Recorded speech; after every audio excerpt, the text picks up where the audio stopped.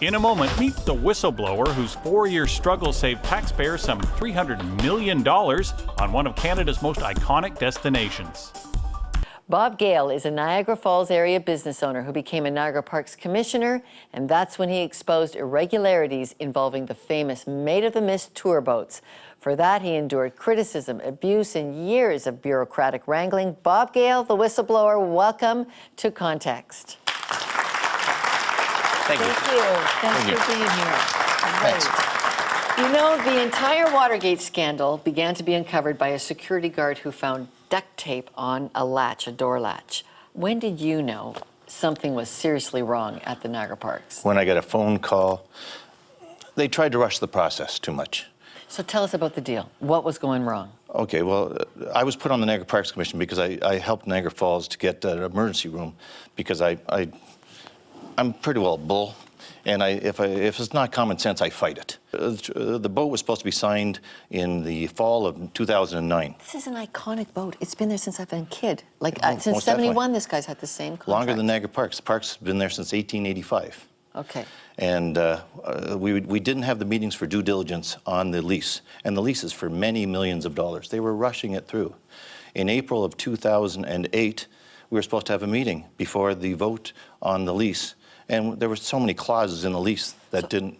How do you blow the whistle on it then? If you get this gut feeling that something's wrong, this is a non-compete lease that's going to get rushed through, millions of dollars are going missing. You really saved the Niagara Parks $300 million.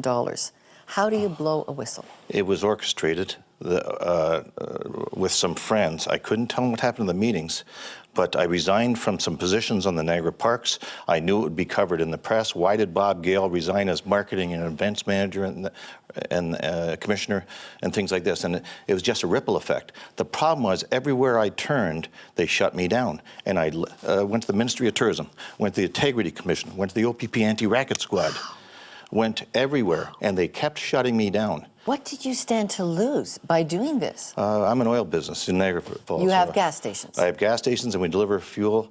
Maid of the Mist was one of our biggest accounts. I'm the only one that took a hit on this whole thing. I lost the Maid of the Mist. I don't blame them, because I cost them a lot of money, and they lost the tender when it came out fair.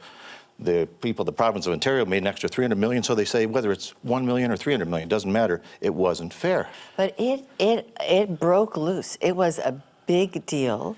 And if it hadn't been the press covering your story, like you say, and you had to go, press. Yeah. So here, it's shocking to me that all the levels of corruption we had to face.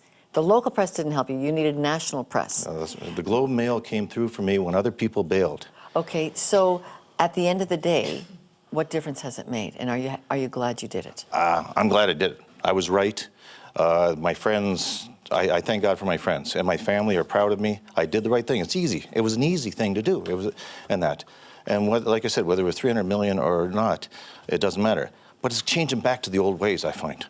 Now they used to have a board of appointed people. Whether they cared or not, they were appointed people. If you're a good conservative, good liberal, good whatever, you're on the board. I was a good nothing. They put me on there because I asked questions, and maybe I asked too many. And in this case, I probably did, but they were right. But I think it's going back.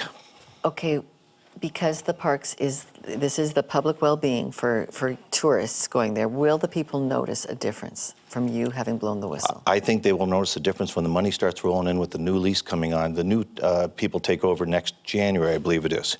That hornblower does. And they're going to be giving $10 million a year that never went into parks before. And the parks, when I left, was losing $3 to $4 million a year. Are you shocked that corruption came so close to your backyard?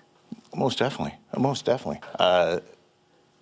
I exposed something there. I'm hoping that the tendering will be more fair down the way. I'm hoping that the losses, people won't hide things. I know the employees were behind me 100%. I know a lot of people were behind me. And if somebody was against me, I usually found a tie to the existing businesses that were down there. Thank you very much. All those links we're going to put up on the website. Thank you. You're going to teach us all.